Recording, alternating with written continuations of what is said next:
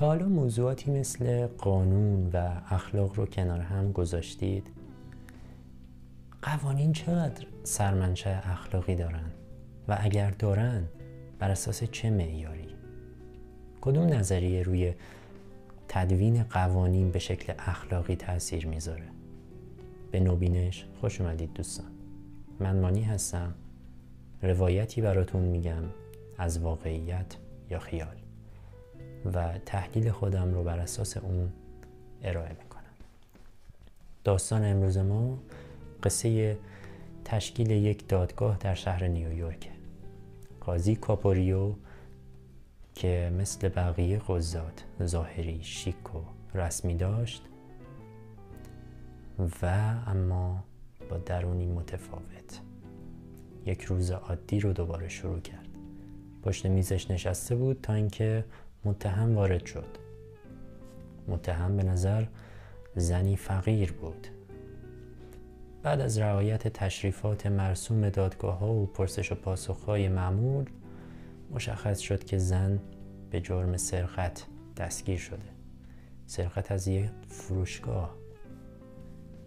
چند نون و کمی پنیر. قاضی رو به زن میپرسه که چرا این کارو کردی؟ پاسخ زن قاضی رو تکون میده. 3 روز بود که بچه‌هام هیچی نخورده بودن و من مجبور بودم برای سیر کردن شکمشون دست به دزدی بزنم. این موضوع همه حضار رو هم تکان میده. اما قانون قانونه و سرقت جرم و سزاوار کیفر. باید چه کار کرد؟ حکم آقای قاضی کاپوریو همه رو در شوک فرو برد.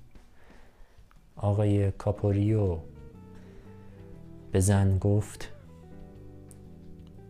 متاسفم، تو به قانون بی احترامی کردی و من مجبورم بر علیه تو حکم بدم. در واقع اون روز زن فقیر به پرداخت $10 محکوم شد.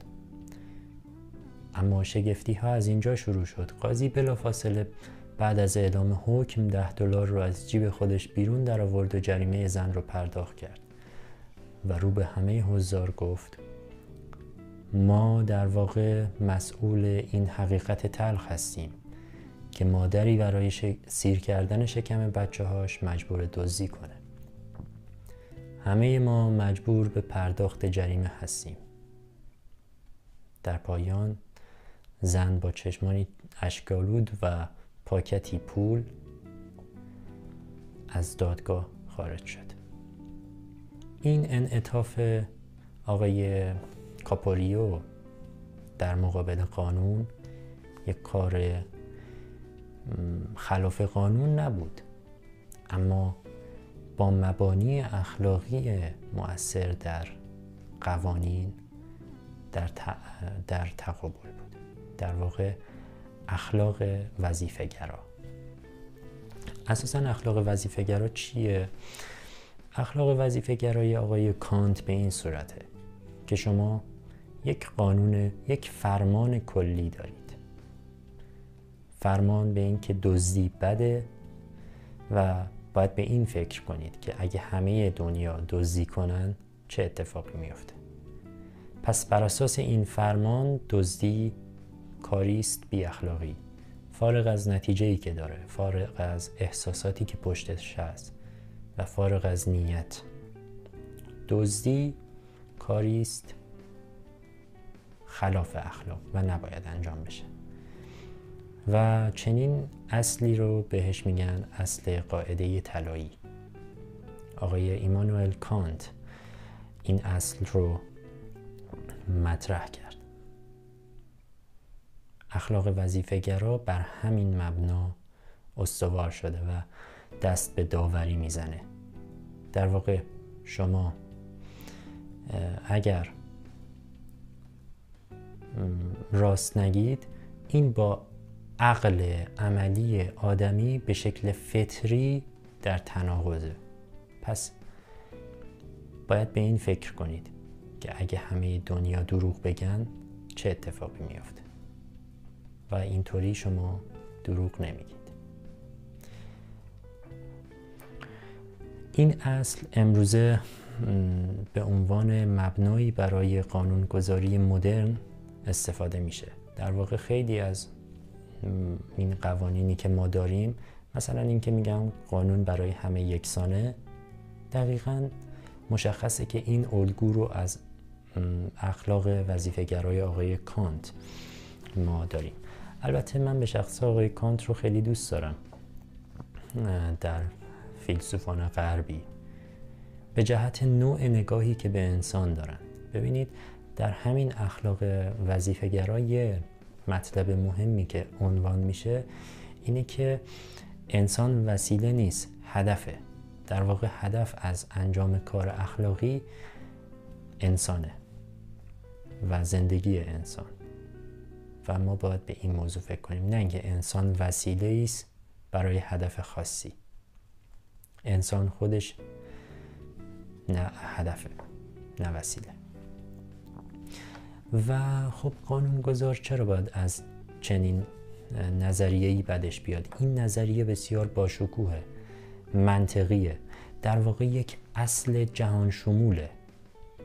اینکه شما بیایید و مشخص کنید یک اصل داریم به نام راستگویی که ذاتاً درسته و عقلاً درسته، و اگر شما به فرض بخواید مصلحتی راستش رو نگید، این کار غیر اخلاقی محسوب میشه.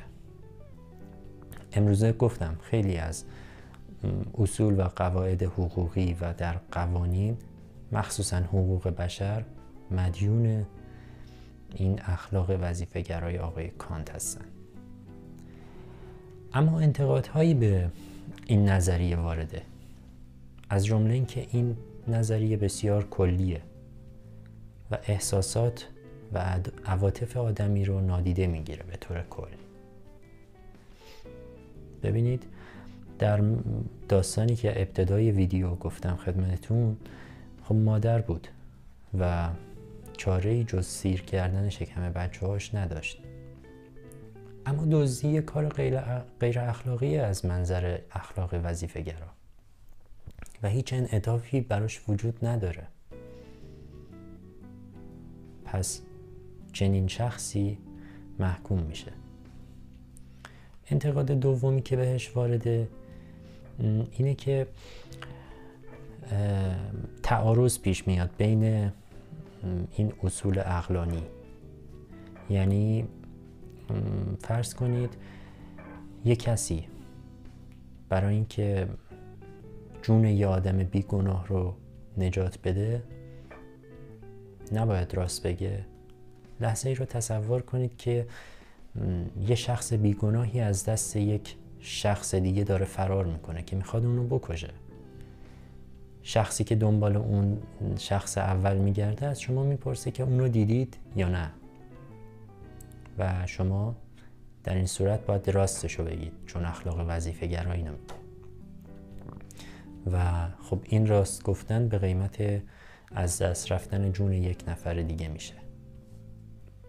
در واقع اینجا ماجرای نتیجه اصلا مهم نیست، و این اتفاقا باعث شد که یه نظریه دیگه‌ای مطرح بشه به نام نظریه فایده‌گرا، اخلاق فایده‌گرا، که من در مورد اون نظریه یه ویدیو ساختم و میتونید مراجعه کنید به کانال و نگاه کنید. اون نظریه بسیار در سیاست گذاری ها مؤثره. من از این زاویه بررسیش کردم. به طور کلی آقای کانت رو نمیشه محکوم کرد به اینکه ایشون حرفی ضد فردگرایی زدن، چون که اساساً ایشون خودشون یکی از کسانی بودن که از این مسئله دفاع میکردن. این بسیار ارزشمنده که